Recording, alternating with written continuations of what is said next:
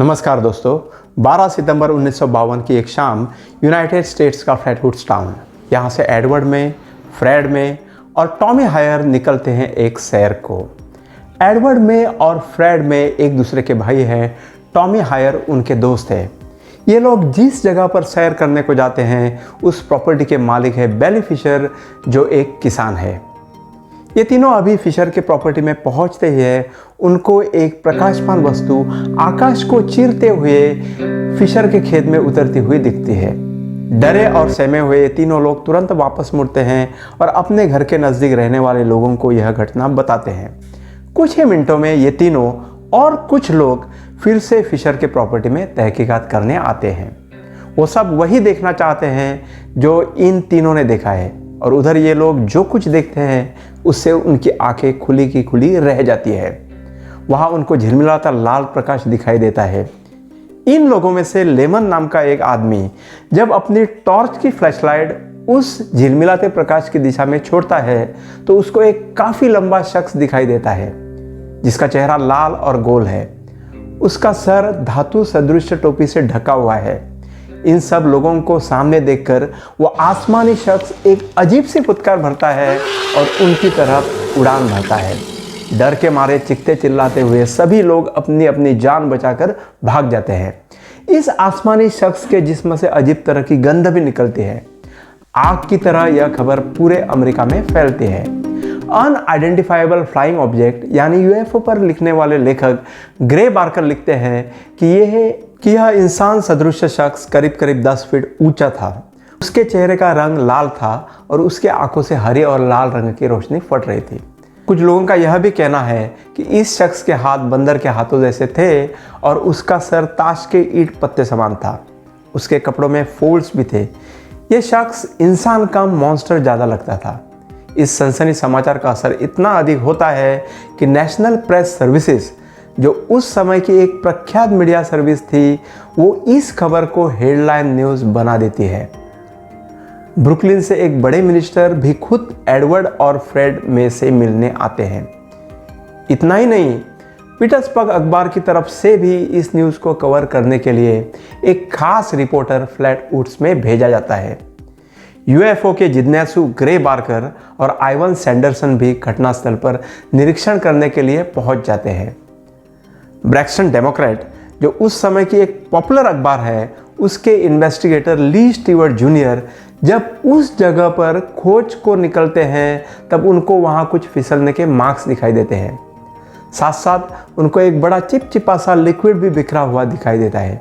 कोशिश जारी रहती है लेकिन पता नहीं चल पाता कि वो मॉन्स्टर कौन था।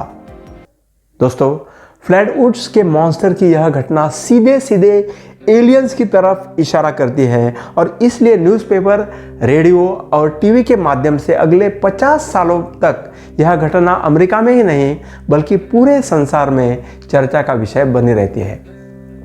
काफ़ी सारे लोग ये मानते हैं कि फ्लैटवुड्स में जो कुछ मे परिवार के भाइयों ने और अन्य लोगों ने देखा वो एक एलियन ही था जो दूसरी दुनिया से आया था और उसके साथ था उसका स्पेसक्राफ्ट। लोग ऐसा मानते हैं क्योंकि ये इंसान सदृश मॉन्स्टर जो उधर लोगों ने देखा था उसकी हाइट काफ़ी ज़्यादा थी और इतनी हाइट पृथ्वी पर रहने वाले लोगों की हो ही नहीं सकती। ठीक वैसे ही जो स्पेसक्राफ्ट लोगों ने उधर देखा था, ऐसा स्पेसक्राफ्ट सामान्यतः पृथ्वी पर किसी भी देश में नहीं बनता। और तो और ये घटना ऐसी वाली अकेले की घटना नहीं है। ऐसे ही और एक घटना एक आदमी ने देखी थी जिसका नाम था एडिथ स्नितोस्की। ये घटना भी करीब करीब उसी काल में घटी थी। स्नितोस्की और उनका लड़का अपनी कार से ब्रैक्सटन काउंटी की तरफ ड्राइव कर रहे थे। बीच सफ़र में उनकी कार खराब हो गई। बहुत कोशिशों के बावजूद भी कार रिस्टार्ट नहीं हुई।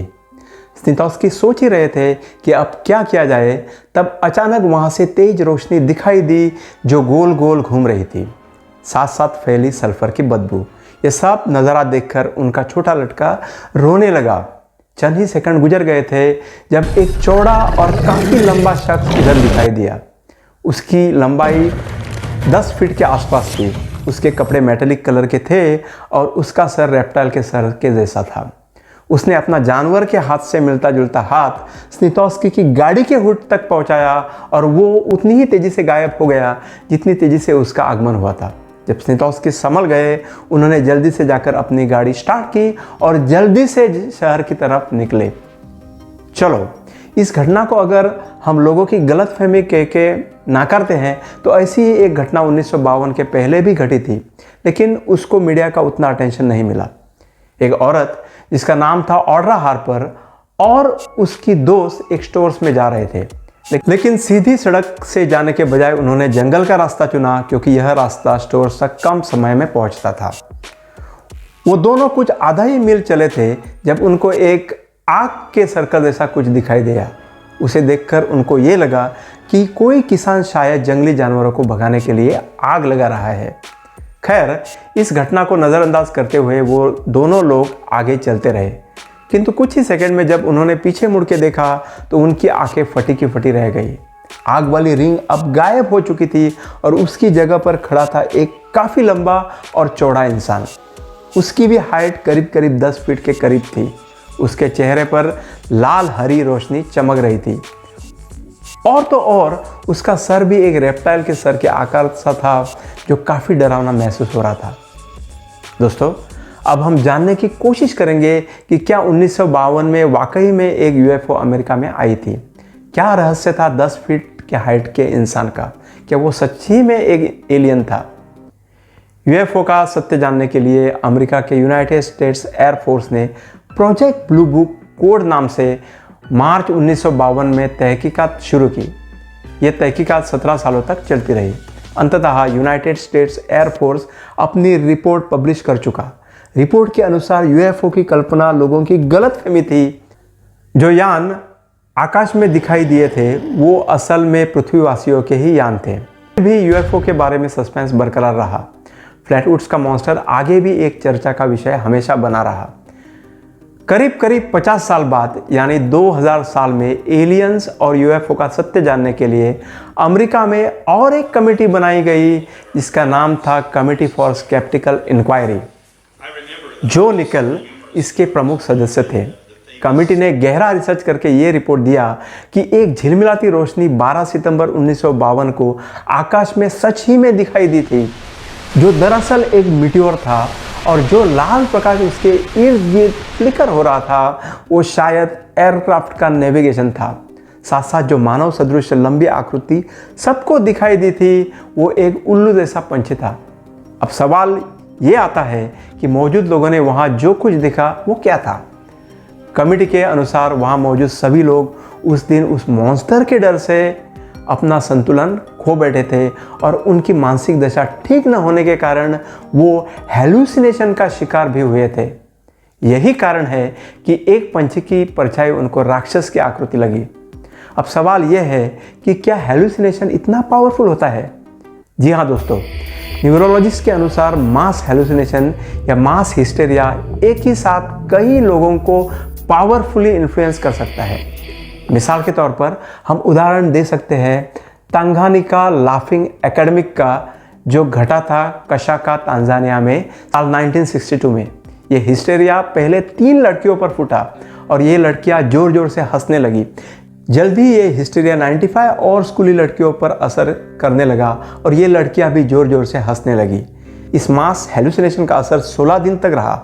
हैरानी की बात यह है कि इस हिस्टेरिया का स्कूल के टीचर पर कोई असर नहीं हुआ। ऐसी ही और एक घटना जुलाई 1980 में घटी थी हॉलिनवेल, इंग्लैंड में। फॉरेस्ट लीग ऑफ जुवेनाइल की तरफ से यहाँ यानी हॉलिनवेल शो ग्राउंड पर एक कार्यक्रम चल रहा था। यहाँ 300 लोग खड़े थे जिसमें बच्चे भी शामिल थे। लेकिन अचानक से यहाँ लोगों को उल्टियाँ होनी शुरू हो गई और चक्कर आने लगा और लोग धाड़ धाड़ जमीन पर गिरने लगे। हैरानी की बात यह थी कि ऐसा होने का कोई ठोस कारण भी नहीं था। जब इस घटना का बारीकी से विश्लेषण किया गया तो पाया गया कि ये सब लोग मास हिस्टेरिया के शिकार बन चुके थे।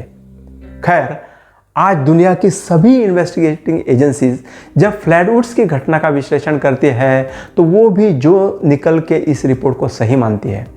निकल के अनुसार 12 सितंबर 1952 को वाकई एक मेटियोर धरती पर गिरा था। मैरीलैंड, पेंसिल्वानिया और वेस्टर्न वर्जीनिया से यह मीटियोर दिखाई भी दिया था। इसी जगह से अमेरिका के 3 हवाई जहाज की लाल बत्तियां भी लोगों ने देखी थी।